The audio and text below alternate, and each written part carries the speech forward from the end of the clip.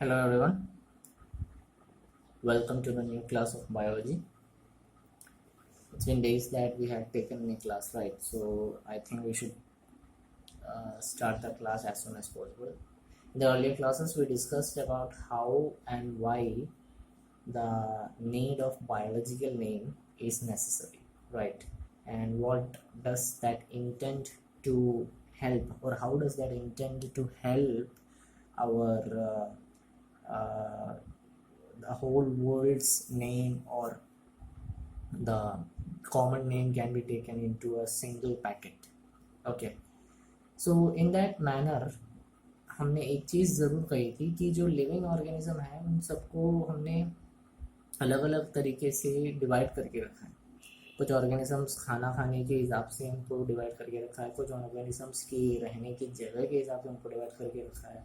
Some organisms have been characterised on the basis of where they dwell. So ऐसे different तरीके के mechanism use करके हमने organisms को मतलब कैरेक्टराइज करके रखा है या फिर क्लासीफाई करके रखा है. हम उसको एक नाम से जानते हैं, that is not classification, right? So एक तरह से क्लासिफिकेशन क्या होता है? इट्स ओनली अ प्रोसेस जिसमें कुछ ग्रुप ऑफ ऑर्गेनिजम्स को सेम कैरेक्टर के हिसाब से एक कन्वीनियंट कैटेगरी में रखा जाता है. मतलब अगर देखा जाए, फॉर एग्जांपल कैट फैमिली के अंदर लायंस भी आते हैं, वाइल्ड कैट भी आता है, पैंथर आता है, टाइगर आता है, लायंस इटसेल्फ आते हैं, चीता आते हैं. तो ये सारे लायन कैटेगरी के अंदर इंक्लूड होते हैं. सॉरी, कैट फैमिली के अंदर, कैट कैटेगरी के अंदर इंक्लूड होते हैं. लेकिन इनका स्ट्रक्चर अलग अलग है, लेकिन इनकी कुछ खूबियों की वजह से इनको एक ही कैटेगरी के अंदर डाल दिया जाता है ना?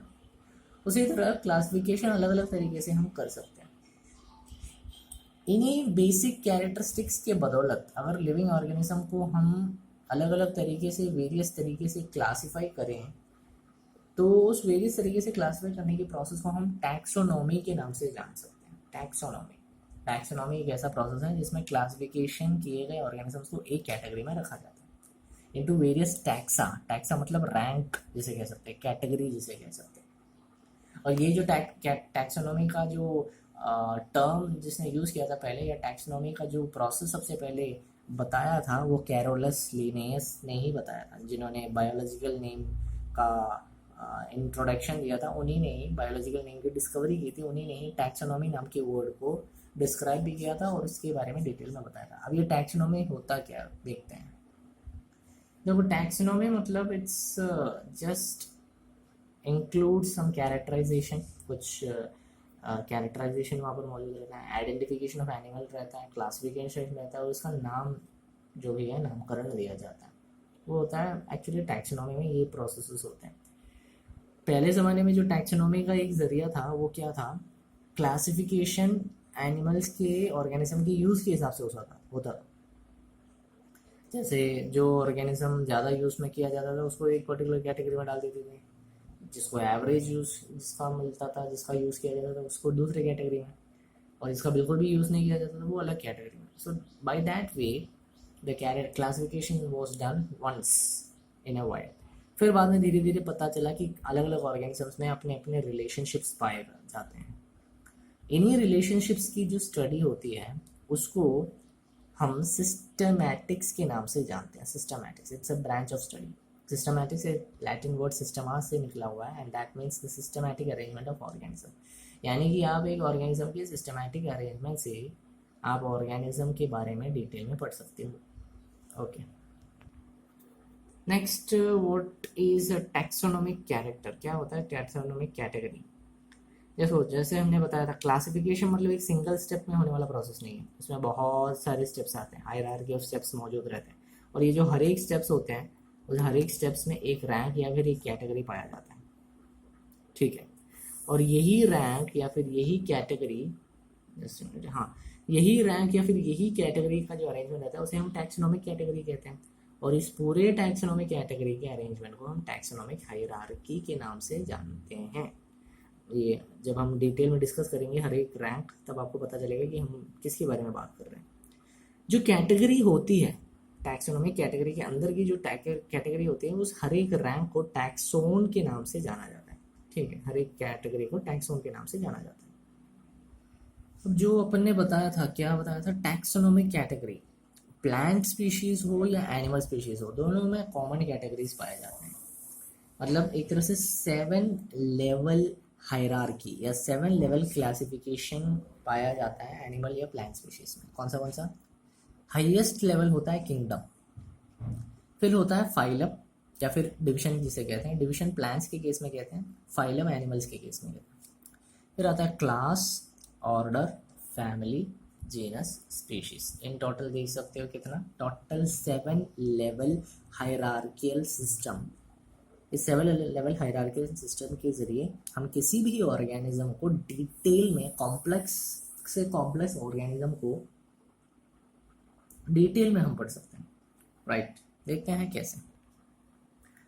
ओके, सबसे पहले हम बात करेंगे स्पीशीज के बारे में। What is a species? जो टैक्सोनॉमिक कैटेगरी हमने पढ़ी थी उसका सबसे लोवेस्ट रैंक में पाया जाने वाला एक रैंक है species. Species is actually nothing but a group of individual organism with fundamental similarities. Sorry, just a minute. Okay, sorry for the interruption. जो स्पीशीज होता है वो सबसे लोवेस्ट रैंक पाया जाने वाला टैक्सोनॉमिक कैटेगरी है। स्पीशीज क्या होता है वैसे? It's just a group of individual organism which is found in the fundamental, which has been found with some fundamental similarities. इसका PDF नोट वगैरह आपको इस वीडियो के कमेंट बॉक्स में मिल जाएगा, तो रेगुलरली लिखते रहिएगा। And by the way this will be the last class, ठीक है? तो नोट्स वगैरह आप लिख लेना, जो जितना भी अभी तक मिल चुका है आपके बायो के जो वीडियोज़ हैं उसके कमेंट बॉक्स में। ओके, जो स्पीशीज़ है वो आप कैसे डिफाइन कर सकते हो? Like for example Panthera leo, ये एक बायोलॉजिकल नाम है, Panthera leo. Panthera genus name, generic epithet, leo specific name या फिर स्पीशीज नेम जिसे कहते हैं। ये है एक्चुअली लायन का बायोलॉजिकल नेम। जो लायन होता है उस लायन का बायोलॉजिकल नेम है पैंथेरा लियो। ठीक है, पैंथेरा जीनस नेम होता है, लियो स्पीशीज नेम होता है। अब इसी तरह एक और नाम भी मैं कह सकता हूँ, पैंथेरा टिग्रिस। देखा, पैंथेरा जो जीनस है उस जीनस के अंदर कितने कितने स्पीशीज आ रहे हैं, लियो आ रहा है, टिग्रिस आ रहा है, अभी और भी बहुत सारे आएंगे। पढ़ने के लिए बहुत सारे हैं, हमें पढ़ने के लिए नहीं लेकिन समझने के लिए बहुत सारे हैं। पैंथेरा है, पैंथेरा लियो है, पैंथेरा टिग्रिस है। पैंथेरा टिग्रिस एक्चुअली टाइगर का बायोलॉजिकल नेम। तो टिग्रिस स्पीशीज जो पैंथेरा के अंडर आता है, लियो स्पीशीज जो पैंथेरा के अंदर आता है, ये सारा का सारा एक्चुअली एक तरह से जीनस नेम है। टिग्रिस हो, लियो हो, ये सारे स्पीशीज नेम है, sorry, and they all come under Panthera genus. Homo sapiens हमारा जो नाम है ह्यूमन बींग्स का, वो भी कुछ इसी तरीके का ही है। जो होमो है इट इज़ ए जीनस, और होमो एक्चुअली जो जीनस कैटेगरी है, जीनस होमो जो है वो उसके अंदर आने वाला एक स्पीशीज है सैपियंस, जो हम जिसे कहते हैं, ठीक है, जिसे हम कहते हैं वो है सैपियंस। फिर हम बात करेंगे जीनस के बारे में। Genus it's a group of related species which have more characters in common. जैसे फॉर एग्जांपल पोटैटो और ब्रिंजल दो अलग अलग स्पीशीज हैं, लेकिन दोनों के दोनों आते हैं जीनस सोलेनम के अंडर में। उसी तरह लायन, लेपर्ड, टाइगर, ये सारे अलग स्पीशीज हैं लेकिन सभी पैंथेरा जीनस के अंडर में आते हैं। ठीक है, so genus is nothing but group of related species. Then हम बात करेंगे फैमिली, हायर ऑर्डर है। सबसे पहले बात की थी स्पीशीज, स्पीशीज के ऊपर वाला लेवल जीनस, जीनस के ऊपर वाला जो लेवल रहता है वो है फैमिली। हायरार्की के हिसाब से देखा जाए, रैंक के हिसाब से देखा जाए, it is a group of related genera, genus का प्लूरल है जेनेरा, लेकिन इसमें बहुत कम सिमिलैरिटीज़ होती हैं। जीनस स्पीशीज़ के कंपैरिजन में बहुत कम सिमिलैरिटी होती है। जैसे फॉर एग्जांपल सोलैनम, पेटूनिया, दतूरा, ये कुछ जीनस हैं। ये सारे के सारे जीनस आते हैं फैमिली सोलानेजिया में, सोलानेजिया फैमिली में, ठीक है। उसी तरह पैंथेरा और फेलिस जीनस, फेलिस मतलब कैट की जो फैमिली होती है, वो कैट की जो कैटेगरी होती है, ये दोनों आते हैं फेलिडे फैमिली में, फैमिली फेलिडे में, ठीक है। सो फैमिली मतलब it's a group of genera, ठीक है। Next hierarchical higher order rank is order. Order is nothing but a group of families which has very few similar characters. जैसे for example कॉन्वलवलेसे actually वो category of species होते हैं, वो family होती है जो फ्लावरिंग प्लांट्स का होता है। फ्लावरिंग प्लांट्स यानी कि इसमें मेनली जो आता है वो होता है कुछ special type of flowering plants जो कलरफुल रहते हैं। उसी तरह सोलनेसी फैमिली, ये दोनों जो फैमिली है वो दोनों फैमिली आते हैं पोलीमोनियल्स ऑर्डर के अंडर में, पोलीमोनियल्स ऑर्डर के अंडर में। उसी तरह एनिमल्स के केस में देखा जाए कार्निवोरा के अंडर में आता है फेलिडे और कैनिडे फैमिली। फेलिडे फैमिली अभी पढ़ा था, पैंथेरा और फेलिस कैट्स बीच में आते हैं, डॉग्स कैट्स फैमिली और पैंथेरा फैमिली दोनों जो आता है। उस तरह कैनिडी फैमिली मतलब डॉग फैमिली जो कंप्लीट आता है वो दोनों के दोनों ऑर्डर कार्निवोरा में आते हैं, ठीक है। Next is class. क्लास जो हम लेते हैं वो वाला क्लास नहीं, it's a rank class. Class it's a group of related orders, जो रिलेशन वाले ऑर्डर्स हैं, ये जो ऑर्डर है उस रिलेटेड ऑर्डर्स का एक ग्रुप होता है क्लास। जैसे for example order Primata, order Primata के अंदर क्या क्या आता है, मंकी, गोरिल्ला, ह्यूमन बींग्स, ये सभी के सभी ऑर्डर प्राइमेटा में आते हैं। ये वाला जो ऑर्डर है उसमें आते हैं और इनको ममेलिया क्लास में इंक्लूड करके रखा जाए, ममेलिया क्लास। उसी तरह कार्निवोरा ऑर्डर, कार्निवोरा ऑर्डर अभी भी पढ़ा था हमने। कार्निवोरा ऑर्डर में कौन कौन आता है, फेलिडे आते हैं, कैनिडे आते हैं और भी बहुत सारे स्पीशीज़ आते हैं। उनके साथ उनको भी इसी ममेलिया कैटेगरी में रखा गया है, ठीक है, क्लास ममेलिया में। So this is about class. And अगला हम बात करेंगे फाइलम या फिर डिविजन के बारे में। अगला है फाइलम। सो फाइलम एक्चुअली एक जो क्लास रहता है उस क्लास को फॉर्म करके जो हायर कैटेगरी बनती है उसे फाइलम कहते हैं। जितने भी एनिमल्स जिनमें नोटोकॉर्ड पाया जाता है, नोटोकॉर्ड मतलब वर्टिब्रल कॉलम जो रहता है अपना, जो बैकबोन रहती है उसकी डेवलपमेंट में एसेंशियल एक चीज़ है नोटोकॉर्ड। जितने भी ऑर्गेनिजम्स में नोटोकॉर्ड है पाया जाता है, उस नोटोकॉर्ड की अवेलेबिलिटी जिन जिन ऑर्गेनिज्म में, जैसे फिशर्स हैं, एम्फीबियंस हैं, मैमल्स हैं, इन सबको एक फाइलम के अंदर डाला जाता है, फाइलम कोर्डेटा, ठीक है, फाइलम कोर्डेटा। प्लांट्स के केस में फाइलम की जगह वहाँ पर यूज़ किया जा गया नेम है डिविजन, ओके। एक चैप्टर आएगा जब आपको इन चीज़ों के बारे में डिटेल में आप लोग पढ़ोगे, जिसमें अलग अलग फाइलम्स में आने वाले फिशर्स, एम्फीबियंस, मैमल्स और डिफरेंट टाइप ऑफ दूसरे फाइलम्स के बारे में आपको पढ़ने के लिए मिलेगा, ओके। लास्ट हम बात करेंगे सबसे हाईएस्ट रैंक का, जिसका नाम है किंगडम। किंगडम सबसे हाईएस्ट रैंक का होता है, उसमें बहुत सारे फाइलम का प्लूरल फाइला इंक्लूड किया जाता है। जैसे फॉर एग्जांपल एनिमल्स, सारे के सारे जितने भी एनिमल्स हैं अलग अलग फाइलम में आए जाने वाले एनिमल्स, वो सारे किंगडम एनिमेलिया में आते हैं।